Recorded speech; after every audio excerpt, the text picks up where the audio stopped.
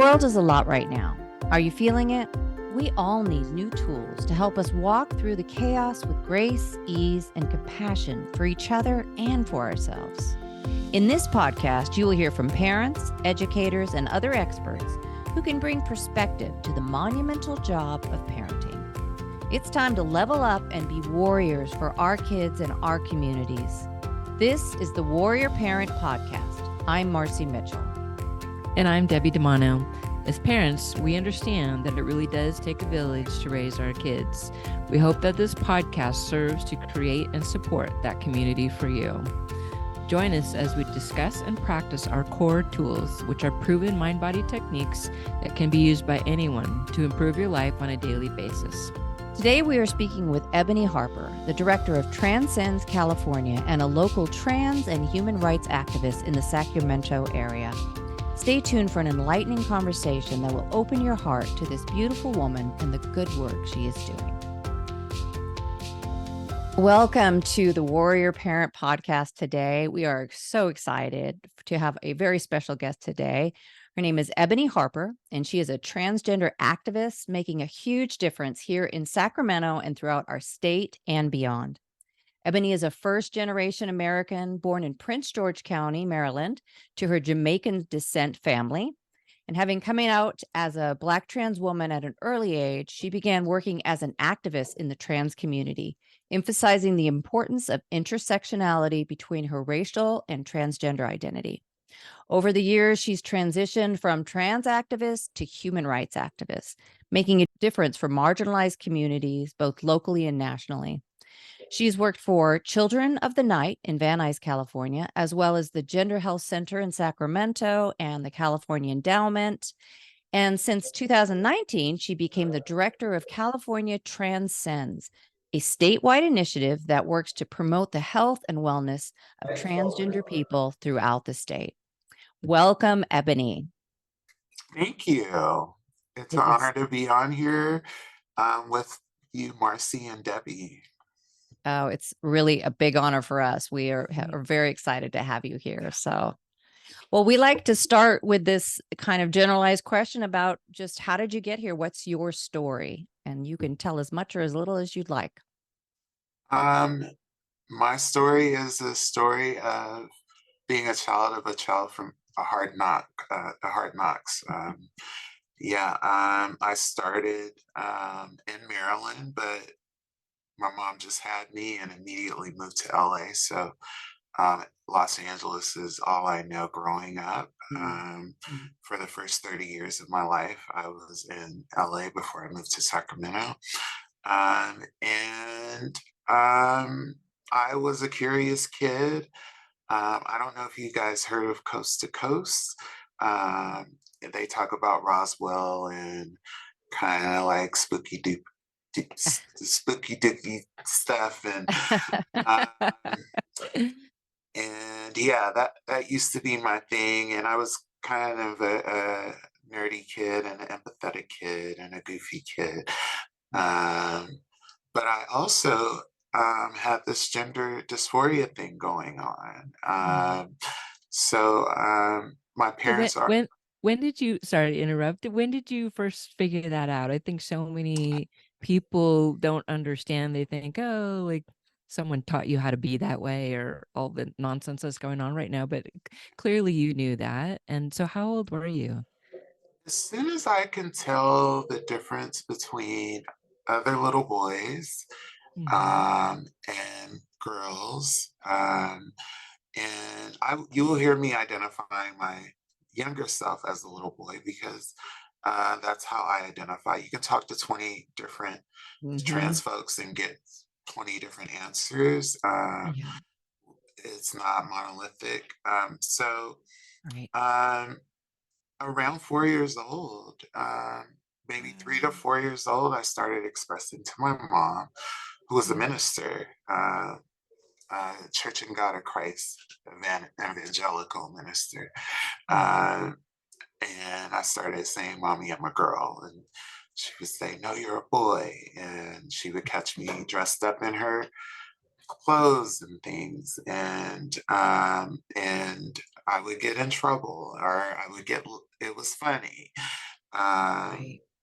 and but this was really something that was internally tormenting me as a Mhm. kid, that I wasn't able to express myself in the ways that maybe other kids were able, or I wasn't even affirmed in the ways that I probably needed to be at the time. So around 12 to 13 years old, um, it wasn't funny anymore. Mhm. I was Yeah. still getting caught dressing up.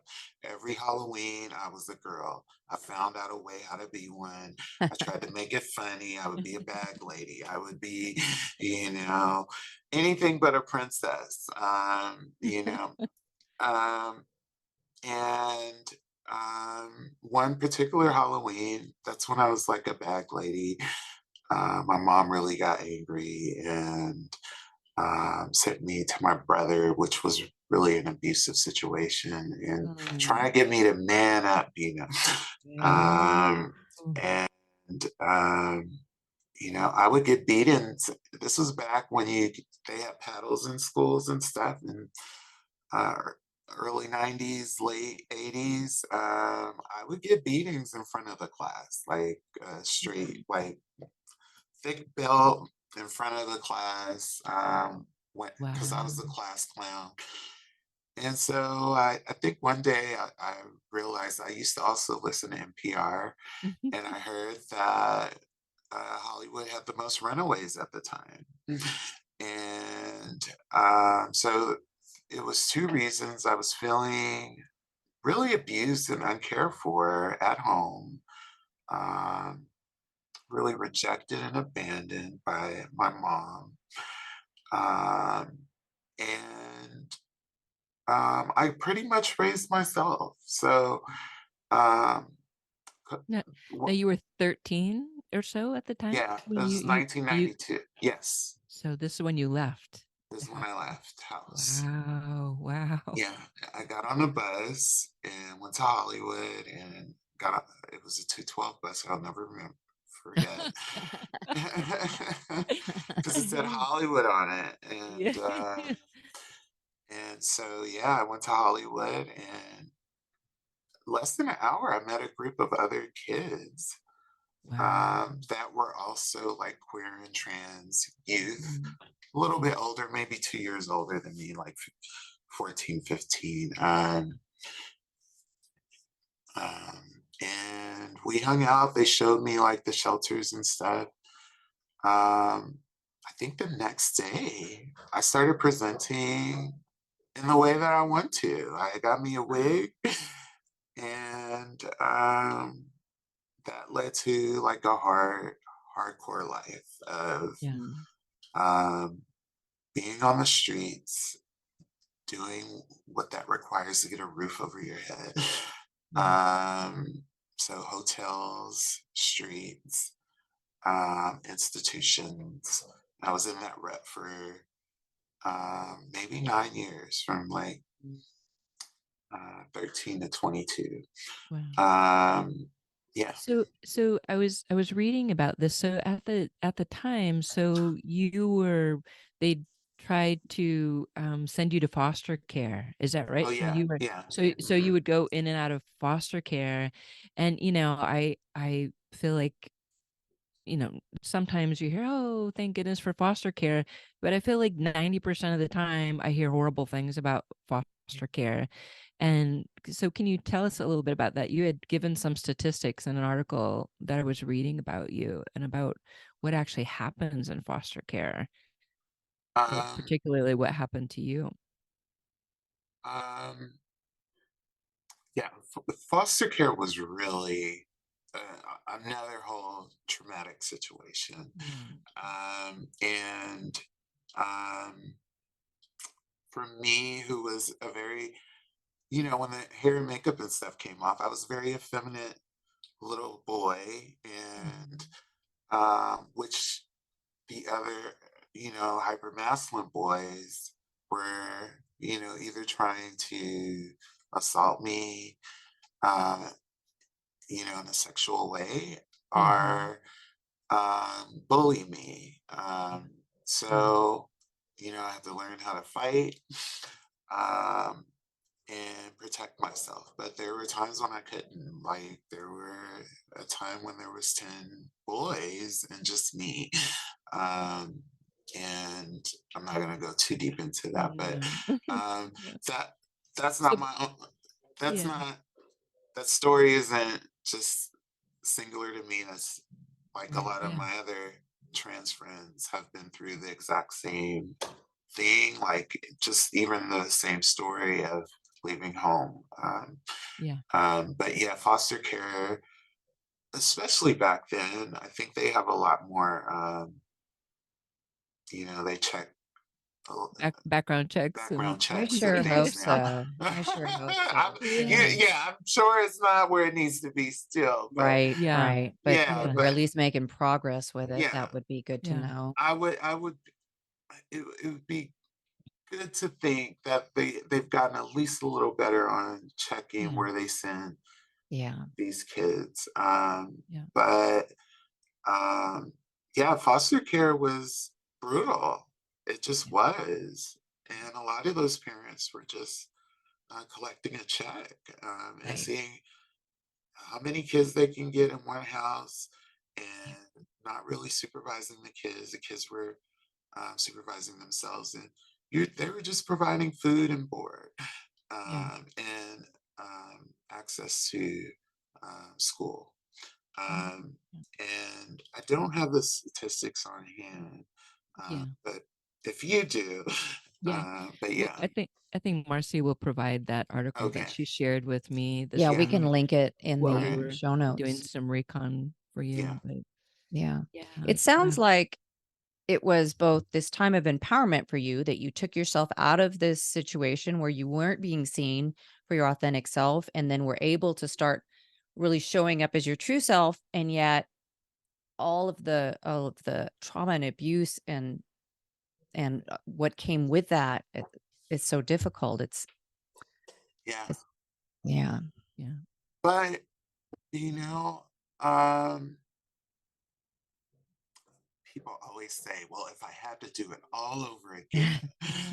I Yeah. wouldn't dare. I wouldn't want this life over again. I just Yeah. wouldn't. Yeah. I just wouldn't. Yeah. Well, my current life is much more beautiful, Yes. Yeah. and I believe that I believe in a higher power. I believe in Yeah. energy, and I believe in having intention and setting intentions. And I honestly believe my days on the streets crying out for God to help me. Yeah. Tell Um, it. Tell us about that story, the specific moment. I was reading the article about you and the bus and what happened in that moment. Will you share that with our audience? yeah. Well, I had just got out of jail, and I honestly asked to go to like uh, um, a recovery center, or a center where I can, get off of whatever I was on at the time. Mm. And that was everything actually. So um, the court commissioned a program to take me to a recovery program. They wouldn't take me because I was in full regalia. Mm. And at that time, I had taken hormones. So, I kind of looked like a freak of nature because I had some anatomy that um, other males probably didn't have, other Right. identified males didn't have. And so they rejected me there and then took me to the woman's place. They rejected me there. So they ended up dropping me back off on Santa Monica Boulevard. So Oh. that night, I end up, getting high again. And the next day, I called all these numbers. I called my aunt, I called my brother, and every number was busy. It was super trippy. Mhm. And so I had no other resource at that time. And so I got on my knees. I went to the resource of higher power and I got on my knees and I said, God, help me. And I said it from the depths of my soul. I don't think I've ever prayed a prayer that was so much like from my soul in that prayer. And Yeah. I mean, that second, Mm. um, a lady named Pamela had a ministry specifically for trans people, and she had built a relationship with me, and was even bringing me food to my hotel room on days with her husband. Um, and she was driving the bus, and she opened the door, and she was like, "You want to go to church?" And I just started bawling, and I went to church that night, Mhm. and I cried out 22 years of hurt and pain. Mm. Um, and I felt something come into me. I didn't feel empty anymore. There was an emptiness I felt before that. I even felt my heart, and it didn't feel like it had a beat anymore. I felt like the walking dead. Um, and my heart came back. My everything came back. And I think every religion has a name for it. You know, Christians call it the Holy Spirit. Mm. Buddhism calls it awakening. Mhm. Um, Islam has a name for it. Mhm. Um, and so that was my awakening moment to, higher consciousness, and we're connected to something bigger, and the interconnectedness of all of this that we call life. Yeah. And so that began my journey with um, more inner work and um, spiritual work. Um, Mm. and things didn't change overnight. Yeah. I went right back out there, um, but I had a new arsenal. I had new tools, Yeah. um, and so things did start to change. And I would say it took about 10 years for me to like come into my fullness of who I am. But one thing that didn't change is who I was on the inside. Yes. Even though some inside work was going on, the essence of who I was still there. Um, Yes. so yeah, Yeah. Oh, that's a beautiful story. thank I I love you. know. that. I just love that. Yeah. So talk about the kids and what trans kids are up to. And I'm sure that's a lot of the work that you're doing now, and I'm sure that that provides a lot of healing for you to be able to do that work. I know this work for me and the work that Marci and I are doing provides that for me. That is my purpose, and that's how I get out of bed every day and keep doing that. So tell us more about that work for you and how you show up for that in the world right now. Um, it is healing, but it's also very distressing. Um, that you want to do something for these young people. You want to fight and protect them Mm-hmm. from what you had to endure. And Yeah. so they won't have to be like the group of kids that I came up with on Santa Monica Boulevard, self-castrating themselves, taking Mm. taking horse urine, Premarin. That was a HRT back in the day. Wow. They Wow. got the hormones from pregnant mares. That's why it's called Premarin.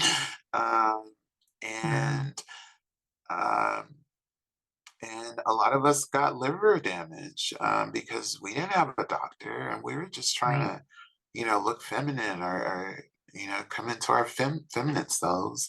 Mhm. And I don't want another group of those kids. And there was a Right. lot of us. It was We were out in Hollywood by the Groves. We had our own community, and the ages was from 13 to 25 years old. But most of us that hung out together we were like 13 to 15. Um, I don't want that, but you see a lot of ignorance going around, like the the trans mafia, all this ignorance, with no historical context. First of all, there's no mafia. I wish there would be. That'd be pretty cool, honestly. Like a Bring it. yeah, like a trans Al Capone, uh, trans godmother, godfather, trans man. We don't have that. We're not even that. We're not even that organized in our community. We're very siloed.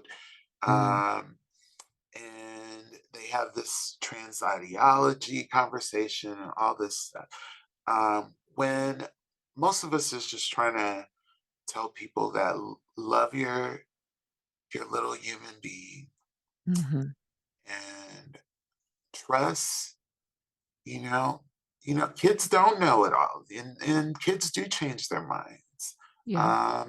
But trust them in that moment that Right.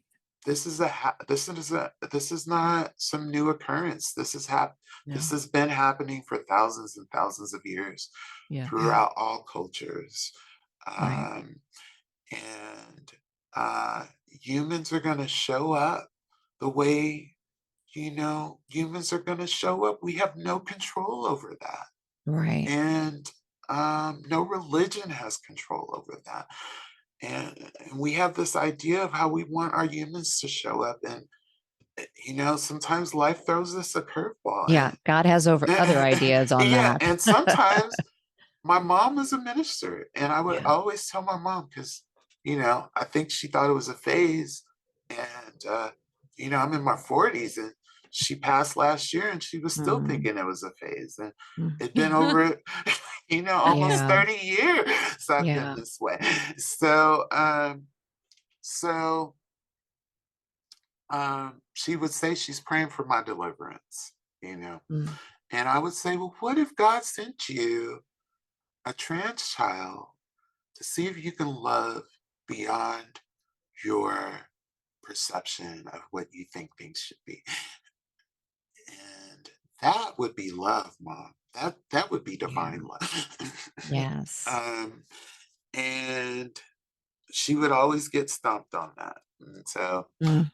um, I I think it's an honor to be now an elder in our community, not Mm. overall, and I'm still pretty young, but in our community, I'm an elder.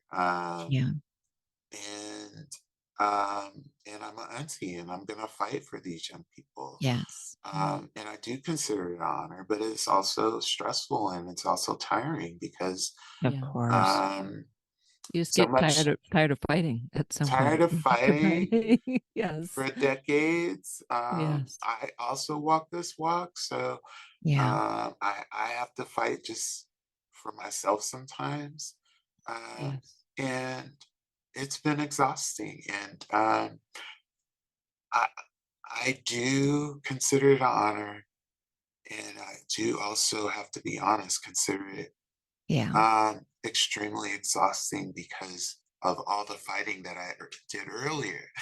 Yeah. And to see all that stuff being walked back, because we had come to a point where even conservative parents were saying, hey, I may have some bad ideas, but I do understand. No, they don't say I have bad ideas, but I may have some different views, but I do understand this trans thing, and I am going to support my child. Yes. We had come to that point right before the pandemic hit. Yeah. And to see like this um, campaign that's being launched. And I don't even think these people hate trans people. Yes, they talk a lot of anti-trans stuff, Right. but this is a tactic. Yep. It is not, a lot of times in private, these people are very nice to trans folks and Yeah. caring to trans folks, Yeah. but in public, they use this as a tactic because they know Yes. that there are other people out there that may be liberal, but maybe the trans issue is something they don't know about. Right. Um, Maybe it's something they don't agree with, but they have some liberal ties, and so they're using it, Right. as a recruiting tool. Yeah. And it's not fair to these young people, No. because Yeah. kids are kids are still dying. People my age are still killing themselves. Yes. I eulogized 2 people this year, Mm. from overdoses, uh, 2 trans Black people, and it's really sad what's going on. Yeah. Yeah, Yeah, and I absolutely agree with you. It's being used as a cudgel now, as a way to gain score points, and it's not related to any reality of any. Certainly, nothing to fear from the transgender community. There are some of the, if anything, they're the ones who have to fear from everyone else, because they're the ones who are being victimized by people based on this story that's being told. And that's really upsetting. And to see all of these anti-transgender bills that are coming across the country is just ridiculous, when we have real problems in this yeah, country that we could be legislating and working on. yeah. And so I know I hear what you're saying about the tired. I can't imagine that, for all the work that you're doing. Hopefully that next generation is going to come up and help you carry some of that load. But I would love for you to talk a little bit about your organization, TRANScends California, and some of the stuff you're doing. I know you've worked on some legislation, just some of that work that you're active with now. Did Okay, yeah, did Ebony get invited to the White House too? Did that yes, I Yeah? did. Yeah. Yeah. You are a rock star, dang it. I know, I was reading that like, my gosh, from Santa Monica to the White House. Right. Yes. Yes. Let's brag up on you a Yes. little bit. Yeah. Yeah. Yeah, I was able to go to the White House. And so California Transcends, um, we are an advocacy organization, advocating for the health and wellness, of transgender Californians, but we want the health and wellness of all Californians, and we do realize that taking care of our population, and their loved ones, um, is taking care of, all of us. Um, and so we have been working on bills, AB 2218. Um, I can't remember all the bills. There was a Yeah. time when I could, but most prominently AB 2218, which is um, the transgender health and wellness bill. And it allocated $13 million. I know that sounds like a lot of money, across the state, to trans serving organizations, which has never happened in the history of California. So thank you to Well Governor Gavin done. and Newsom, Yes. and this California legislature, for supporting our community. But it is a specific type of help. It's not like loose money. It's Yes. towards um, more mental health stuff, and Mhm. which that we need. Yes. Um, and I think even the conservatives would agree with that one. They have a different argument of why the mental health is needed, but um, yeah, and so that's being allocated as we speak, Nice. and like sections. Um, the first section is like clinical.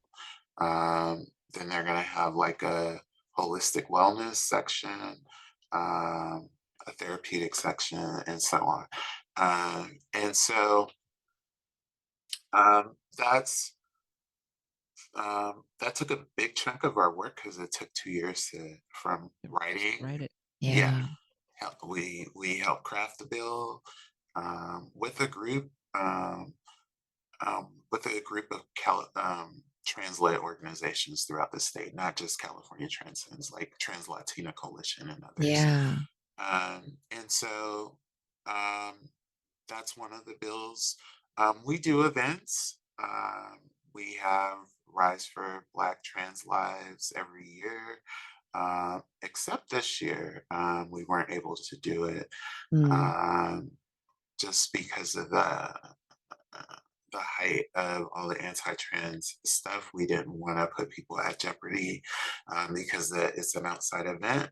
yeah, Just at this time, we want to let stuff down yeah. because That's so uh, heartbreaking. I mean, yeah, that's real, and it's just heartbreaking that this community that's already been through so much can't even come out and celebrate themselves that way because of the risk, the very real risk. yeah, yeah. And so, but we're gonna rework it. Maybe have it Yeah. indoors or some other thing. I'm still trying to maybe squeeze it in Yeah. December or something.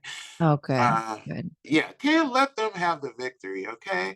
That's right. Uh, so yeah, and we do a lot of work with other like cis women and trans women and Mhm. bringing those two communities together and seeing how we could support each other. We want That's to lovely. start a support group with cis women and trans women, um, particularly cis women, Black trans women, Yeah. and call it Sister. Oh, Uh, Very nice. CIS. yes, Yeah. yeah. Love that. I'm learning. That's great. Exactly. And kind of talk about our shit together with a therapist Mm, um, that can like facilitate the group. lovely. Um, and we have some like underground railroad stuff that we want to do as far as like supporting people outside the state and getting them into a Mm, safe house here, yes. hormone distribution and things like that. So yeah, That's that's you great. yeah, you That's are all good work. yeah, Yes. incredibly busy. I wanted to share something that was in the article I read about you. Um you said when you find a philosophy that you can live with, it becomes real, right? yes, And I feel like that is just the heart of what's going on with the trans community, right? So yeah, it's not not just you all, it's not just the trans people, um and their story and all the pain and all the work and the exhaustion of everything that you go through every day.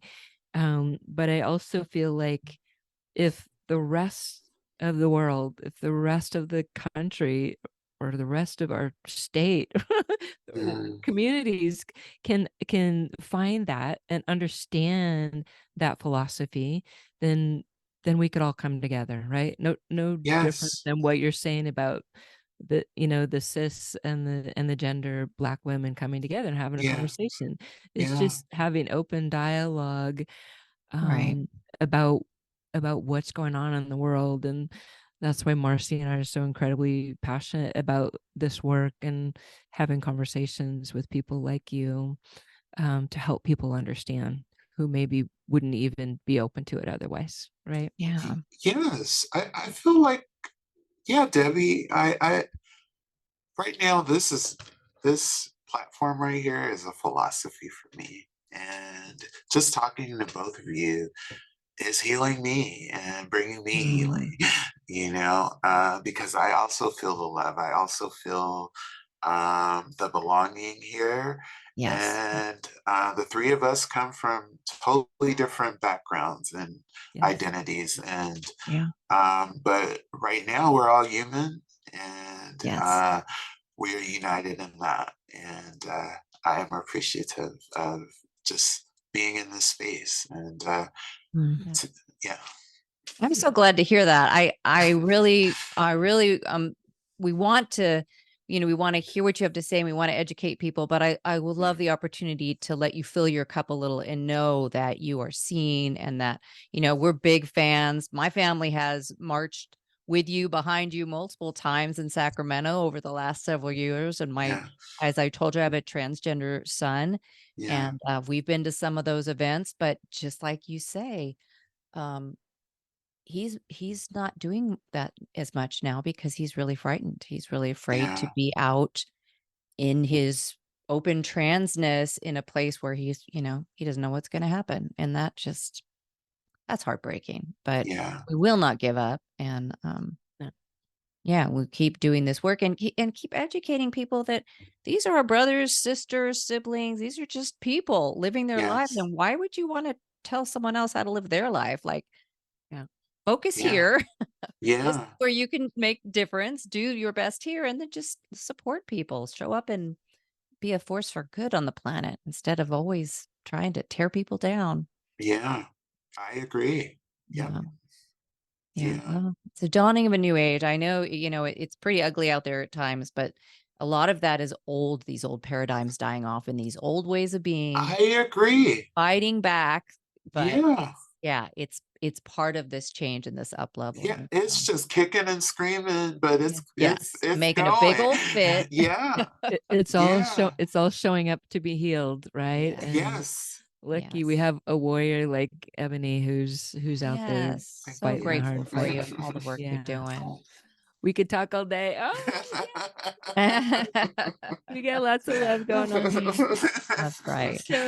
So we could go on for days, and I imagine we're gonna have Ebony back Yes, we'd love to because we do have that. lots more to talk about. But Yeah, I would what love to bring another, maybe a friend back too. That'd be Maybe. wonderful. Yeah. yeah, Yes. the more the Yeah. merrier. The more the merrier. Yes. So how can people find you? How can people find out more about what you're doing and support you?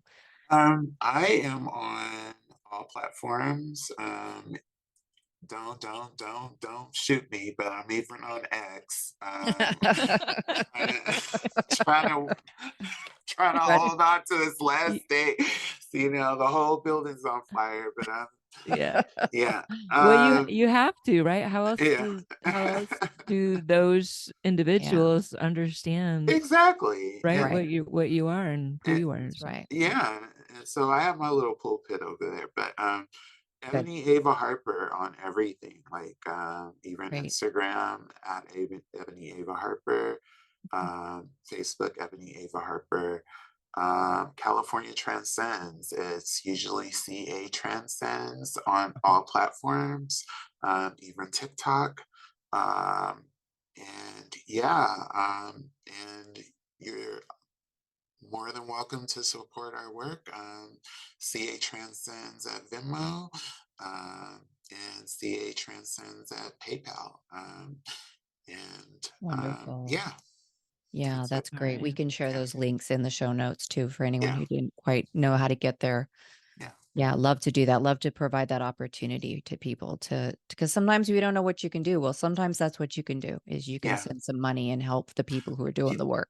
Yeah, I think that's like the most, because people probably see us flying and doing things, but a lot of us are living on very limited resources and Mm, struggling even to pay our bills when we're doing this work ourselves, and hunting down grants, especially because the trans topic is not so hot anymore. So a lot of us spend our own resources and stuff and rely on Yeah. people. If you see me flying, somebody else paid for that flight. Okay. Yeah. I did yeah. not pay for it. Wow. Uh, Yes. but yeah, so anyway, yes, All right. thank Well, you. thank you. Thank you. Yes. This was wonderful. Such a pleasure. Love Yes. the work you're doing. Keep it up. Yes, thank you, Marci and Debbie, for including a trans person and a warrior parent. Yes, I love Yes. that. That is right. That is right. Yeah. Well, we're Yes. we're very grateful to do it and thank you for showing up.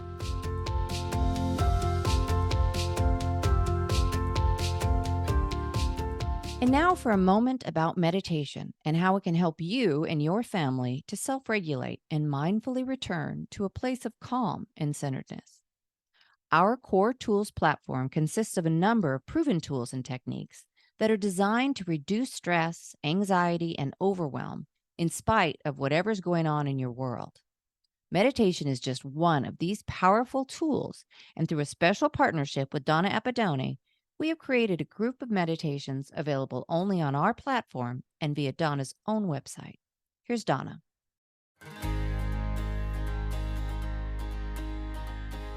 The wisdom to know the difference.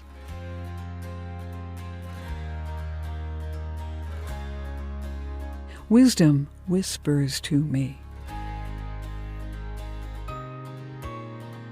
It tells me what I can change and what is out of my control.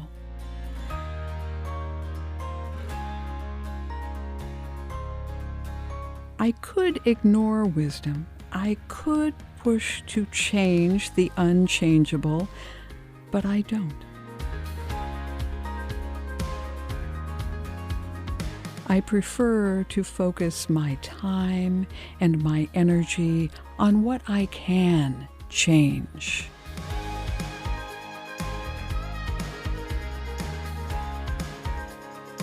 That's where the joy is.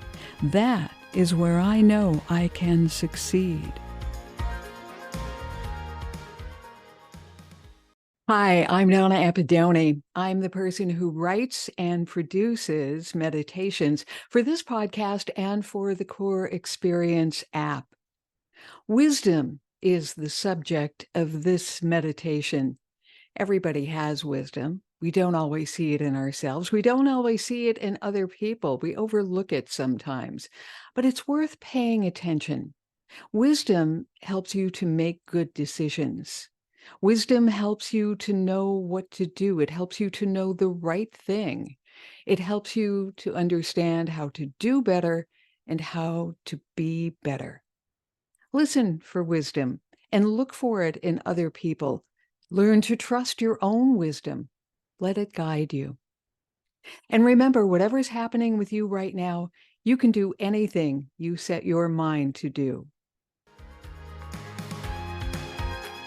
Every day, I listen for wisdom.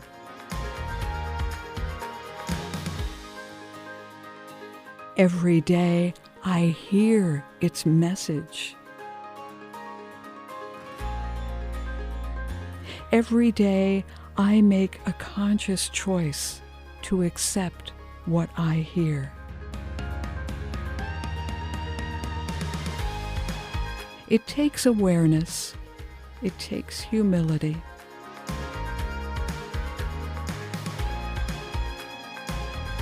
I am aware of the gift that is in front of me.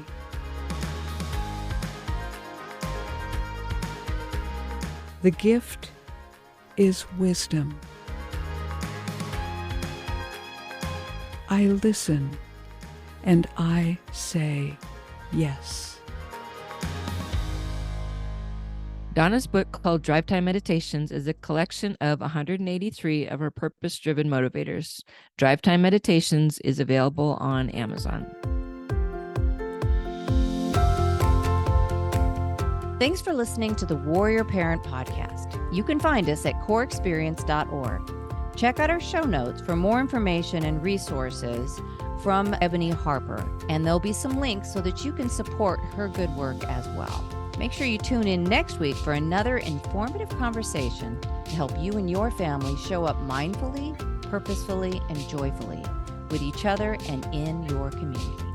Our meditation segment is produced by Donna Appadone with music from Scott Holmes. The full collection of meditations is in Donna's book, Drive Time Meditations, available on Amazon and at donnaappadone.com. Thanks to Samuel Hale, LLC, for sponsoring this podcast. Technical and marketing support comes from Inspire Your Brand. Thanks also to our editor, Justin Veeden. Opinions expressed by guests do not necessarily reflect those of the host, the producers, or the financial supporters. I am Debbie DiManno. And I'm Marci Mitchell. The Warrior Parent Podcast is a production of Cour Experience.